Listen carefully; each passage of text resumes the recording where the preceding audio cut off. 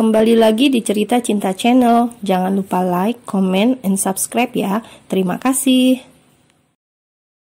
Di sebuah kota kecil jauh dari ibu kota, Padma sedang menenteng paperback, sedang tangan satunya memeluk map. Sudah seminggu ini ia keluar masuk perusahaan untuk melamar kerja. Sebagian lamaran sudah ia masukkan, sisanya menunggu untuk dipanggil. Sembari menunggu, Padma tidak berhenti berusaha. Ia bahkan tidak pilih-pilih. Semuanya akan ia kerjakan asal halal. Sementara itu, Kenny ada di rumah, sebuah rumah kontrakan kecil yang sederhana. Padma sangat berhemat karena ia belum dapat kerja. Kenny untuk sementara akan dirawat ibunya, sedangkan Padma ia akan mencari uang, menjadi tulang punggung untuk keluarga kecilnya. Ponselnya pun sudah ia ganti nomornya, sengaja menjauh dari Guntur. Padma benar-benar ingin hidup tenang sekarang. Jauh dari keluarga Gumilang yang berkuasa tersebut, jauh dari Guntur yang selalu membuatnya menelan luka. Rumah kontrakan Padma.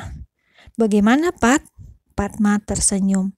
Belum ada hasil, Bu. Kan baru beberapa yang Padma taruh surat lamaran. Ibu tadi lihat di gang depan, sepertinya ada lowongan, Pak. Pabrik roti ujung jalan. Iya, Bu. Nanti Padma coba. Padma kini fokus menyuapi Kenny. Putrinya itu kini agak kurusan. Kenny sulit ya, Bu, makannya? Tanya Padma, karena kalau pagi sampai sore Kenny dengan ibunya. Iya, susah sekali makannya. Padma menghela nafas panjang. Sayang, makan yang banyak ya. Mungkin gak mau bubur, Pat.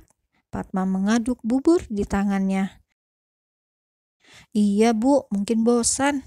Coba ganti yang lain. Iya, balas Padma.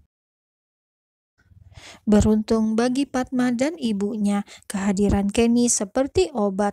Ya, anak balita itu kadang seperti penawar bagi kesedihan mereka. Hidup terusir dan tinggal di tempat yang asing, namun demi kebersamaan itu semuanya akan mereka lalui dengan penuh sukacita.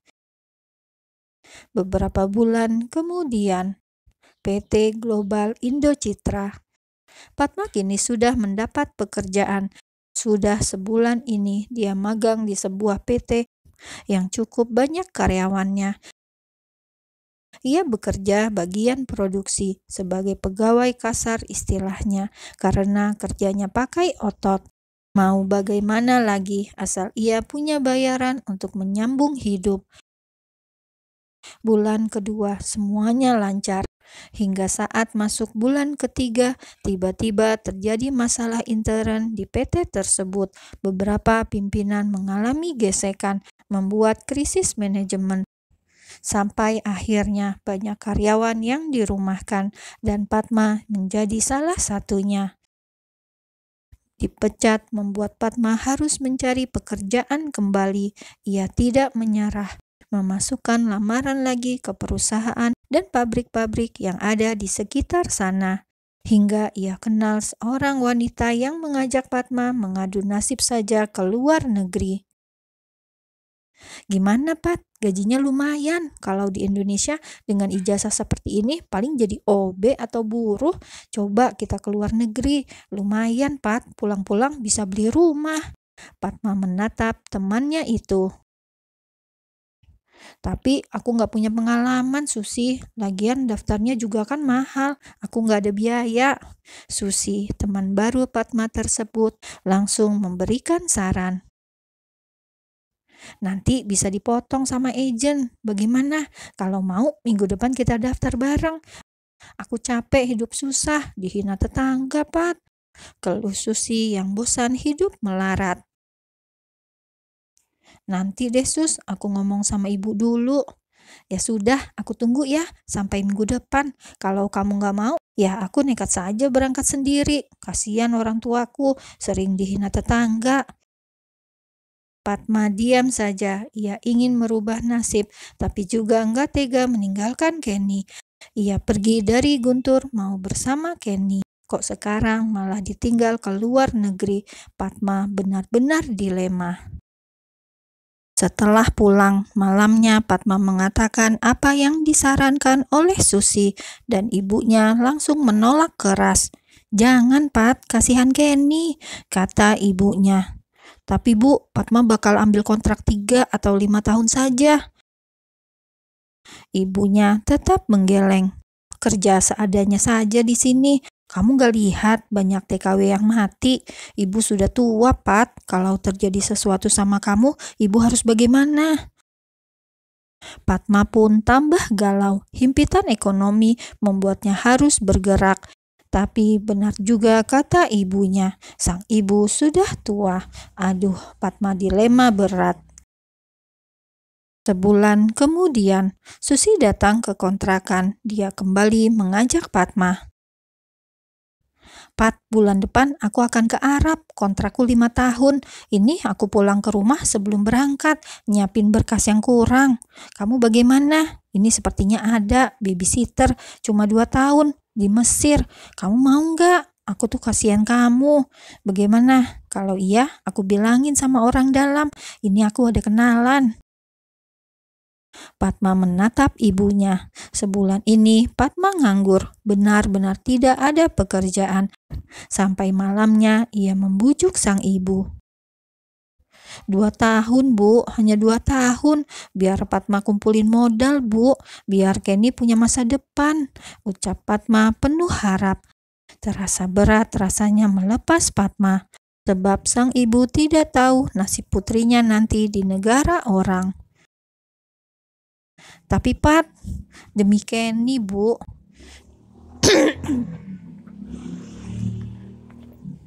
Sambil menahan nafas berat, akhirnya ibunya mengangguk pelan. Berminggu-minggu Padma ada di agen. Ia dibekali banyak hal, terutama bahasa asing. Padma pun hanya bisa menahan rindu, tidak bisa bertemu Kenny yang ia sayang, hanya menatap foto Kenny dalam ponselnya. Mumpung Kenny masih balita, ia akan bekerja keras untuk masa depan anaknya itu, sebab berharap pada Guntur pun sudah tidak mungkin. Keluarga suaminya itu tidak sudi menerimanya. Padma sudah mengambil keputusan, ia akan bekerja di luar negeri. Selama kontrak 2 tahun, dia akan bersungguh-sungguh. Demi Kenny dan ibunya, Padma rela menahan beban rindu pada keduanya. Bulan demi bulan berjalan dengan berat, apalagi setelah Padma sampai di negeri Paramida tersebut. Tidak mudah yang ia lalui, sebab bekerja pada pasangan orang asing. Meskipun demikian, ia merasa beruntung karena mereka sangat baik. Padma di sana merawat seorang anak kecil, usianya bahkan sama seperti Kenny, dan hal itu yang membuat hatinya semakin teriris. Melihat anak majikan, ia teringat dengan anaknya sendiri. Kadang Padma menangis, hanya bisa menahan beban rindu yang semakin dalam. Nasib orang miskin, kerja jauh dari tanah air demi mengais rejeki yang halal. Jakarta. Guntur duduk di depan meja kerjanya. Ia tampak serius dengan laporan di tangannya.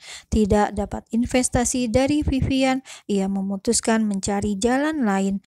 Bahkan ia sudah mengajukan gugatan perceraian di pengadilan. Meskipun sangat ditentang sang mama, Guntur sudah mengambil keputusan. Walau ia harus diteror Bella karena tidak mau dicerai.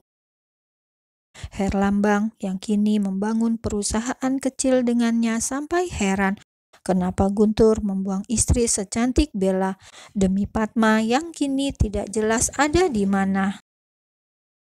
Guntur sebenarnya merasa bersalah karena dia tidak berdaya, takut kehilangan harta. Kini ia benar-benar kehilangan semuanya. Ia mulai bangkit tanpa bantuan Nyonya Gumilang.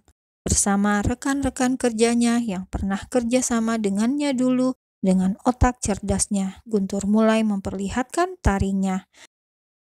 Cukup berhasil, tapi ia merasa hampa.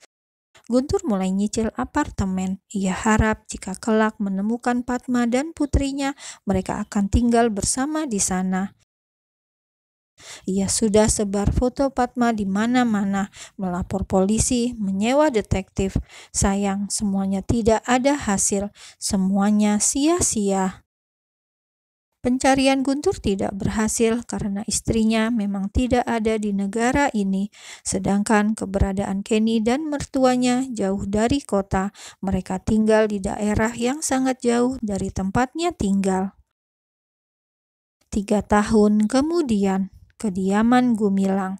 Nyonya Gumilang terkena stroke ringan. Pagi tadi ia terpeleset di kamar mandi. Ia meminta asistennya menghubungi Guntur. Kalau tidak dikabari, anaknya itu tidak akan menginjakan kaki di rumahnya. Keras kepala, sama seperti sang mama. Tap, tap, tap. Guntur masuk ke dalam rumah yang mungkin setahun sekali ia datang, waktu lebaran saja. "Mama di mana?" tanya Guntur pada ART. "Ada di kamarnya, Tuan." Dengan langkah berat, Guntur menuju kamar Nyonya Gumilang. Tok, tok, tok. Mau masuk kamar ibunya saja, ia mengetuk pintu. Sepertinya Guntur masih marah, belum bisa melupakan masa lalu. Apalagi Padma sudah menghilang 3 tahun lebih. "Guntur," panggil Nyonya Gumilang. Kamu masih marah sama Mama?" Guntur menatap aneh. "Bukannya Mama yang mencoret Guntur dari keluarga ini." Nyonya Gumilang langsung masam, sepertinya dia masih sehat. Apa hanya alasan sekedar membuat Guntur pulang dan kembali ke sisinya? "Mama sakit, tapi kamu masih marah-marah," celetuk Nyonya Gumilang. Guntur hanya menahan nafas kesal. Dia tahu sang mama ini banyak akalnya. Ia sudah telepon dokter, katanya tidak kenapa-kenapa. "Terus Mama mau Guntur bagaimana?" "Pulang, ini rumah kamu, Gun." Guntur menggeleng. "Bukan, Mama sudah membuang Guntur beberapa tahun lalu." "Guntur," pakik Nyonya Gumilang kesal. "Sepertinya Mama baik-baik saja, Guntur banyak urusan." Guntur langsung berbalik, padahal sang mama masih ingin bicara dengannya. Guntur!" Pria itu bergeming, terus jalan sambil mengepalkan tangan. Ada amarah yang ia pendam. Ia menyalahkan sang mama, sampai Padma hilang tanpa jejak.